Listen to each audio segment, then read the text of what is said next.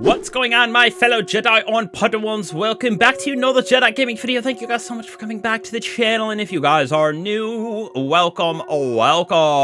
Today we're going to continue our God Rule guides, but this time we're going to throw it to one from our new Sundered Doctrine Dungeon, which y'all, if you need help, just come on over, hit me up in the Discord. We can get you through with ease. We got our contest clear, but these weapons inside of the Sundered Doctrine is so good in my personal opinion. So we're going to start with the good old Unsworn, which is an adaptive frame trace rifle for our kinetic slot, actually, which is strand burn, something that we don't really have up there too often inside of these trace rifles. So we got ourselves a new origin trait on these bad boys as well, called Subjugation. Weapon adapts to the target. When dealing damage to weak targets, shots explode. To strong targets, targets become exhausted. To guardians, the weapon's flinch is resistant is increased, so it basically flinches less. Exhausted targets deal reduced damage. So super cool, because those strong targets, we're gonna get those bosses, champions, stuff like that, basically to get weakened for doing damage. We're not gonna get hit nearly as hard, so pretty solid that we can use that for like damage phases to stay alive a little bit better. And then on smaller enemies, very good for ad clear, because shots will explode on those weaker targets. So I love to see what we got with this subjugator trait and subjugation, all of that. For the PvE side of things, we got some pretty interesting combinations in the third and fourth column, but first off, we're gonna go with a small bore as our barrel and a reload masterwork, what I went with, so we could have some pretty even stats across the board. About 90 in range, 80 in stability with 60 in reload, so not too shabby for the PvE side of this. Onto our battery right here, I went with enhanced battery as my number one choice, because we get that plus 30 in the magazine, up to 104 in the magazine, which is pretty nice. Like I said, overall, having this thing to shoot as much as we can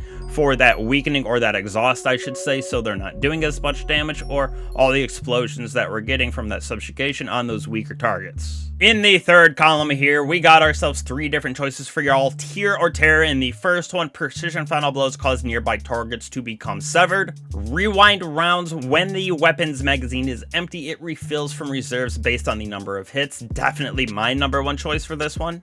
And last but certainly not least, a very close runner up for my second choice is that Shoot to Loot. So shooting orbs of power picks them up. We can also shoot ammo bricks, which automatically reloads all of our equipped weapons from reserves. So very good options that we got inside of that third slot. Like I said, probably rewind rounds would be my number one choice, followed by Shoot to Loot, with Terror being last, but we got a lot of good options in this column in general, so definitely be looking for any of these, but rewind rounds or Shoot to Loot is your go-to for this column. Fourth column, three options. Again, we got ourselves Hatchling. This is basically your most basic perk that we can throw on here for a little bit of extra ad clear. Not a bad thing, so we can get those precision hits, final rapid blows to give us some threadlings. What I really like as our first choice is Detonator Beam. This is dealing sustained damage, creates an explosion at the target. So hear me out. We got the rewind rounds with Detonator Beam. You're going to be able to shoot at that thing, at an enemy, for so long, and be able to do a bunch of detonations with this perk. So that's my number one choice. But a good second option is the Elemental Honing, another new perk that we got inside of this episode. Dealing unique elemental damage grants this weapon stacking bonus. This is increased for kinetic weapons. So for us stacking this up with this elemental weapon, we're going to get 35% damage increase when we stack it up to ×5. So pretty good damage output that this thing can do for sure, in my personal opinion. But I like the Detonator Beam, like I said, especially with the rewind rounds, a very good combination. I think that all of these are going to be very interesting and special kind of weapons with that subjugation perk on it as its origin trait, because of its ability to exhaust enemies, have them deal less damage, with them being able to output a good amount of damage in our heavies in something like this with that detonator rewind rounds. So this thing, I really like this. I'm going to throw it at like a 4.6 out of 5. Very good for trace rifles, especially a legendary version of them. Trace rifles in the exotic version are always dapping, but this legendary version definitely feels gross in my opinion. Now on to PvP side of things. Obviously the Lodestar is dapping people up and the best at the moment, but we're gonna go with small bore and range as our masterwork on this thing so we can dap up some of those guardians at a farther distance while having good stability on this bad boy. For your battery, for the PvP side of things, I think I would go with tactical because we're gonna get that +5 to range, +10 to reload, and then +5 to stability. So kind of like jack of all traits, if you will, for this battery column. Third column right here, I would go with tear as your option. Precision final blows cause nearby targets to become severed. Pretty solid for people that are grouping up, hanging out together inside of the crucible. You can really do some extra bit of damage on them.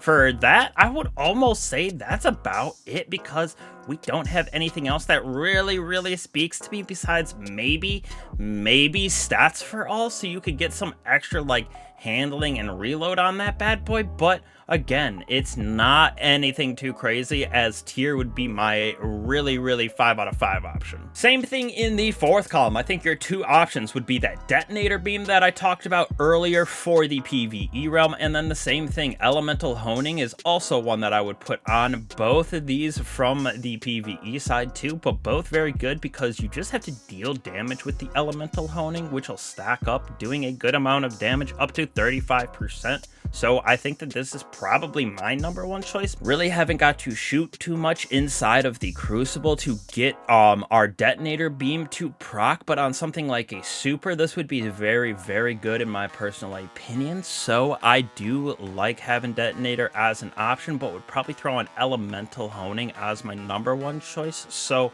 but overall, I think it would probably be around maybe a, let's go 3.8, maybe a 3.9 out of 5, just because obviously something like the other exotics that we have, Lodestar, Cold Heart, anything like that, Prometheus Lens, are definitely better in my personal opinion than these legendary versions. But this is not too shabby with the perks that it has on, especially with the Subjugation as our origin trait. It's going to give us flinch resistance, so not too shabby. Very good origin trait, very good weapon in general for both PvE and PvP. So y'all should get to farming that. Like I said, hop in the Discord if you would like. If you need help to go through the dungeon, smash it out on contest with a bunch of just LFG groups. So it was a pretty fun dungeon, and it's even more easy to crush it out right now. So again, love and appreciate you guys. Don't be afraid to like and subscribe, hit that bell if you haven't, so you get the notifications for the channel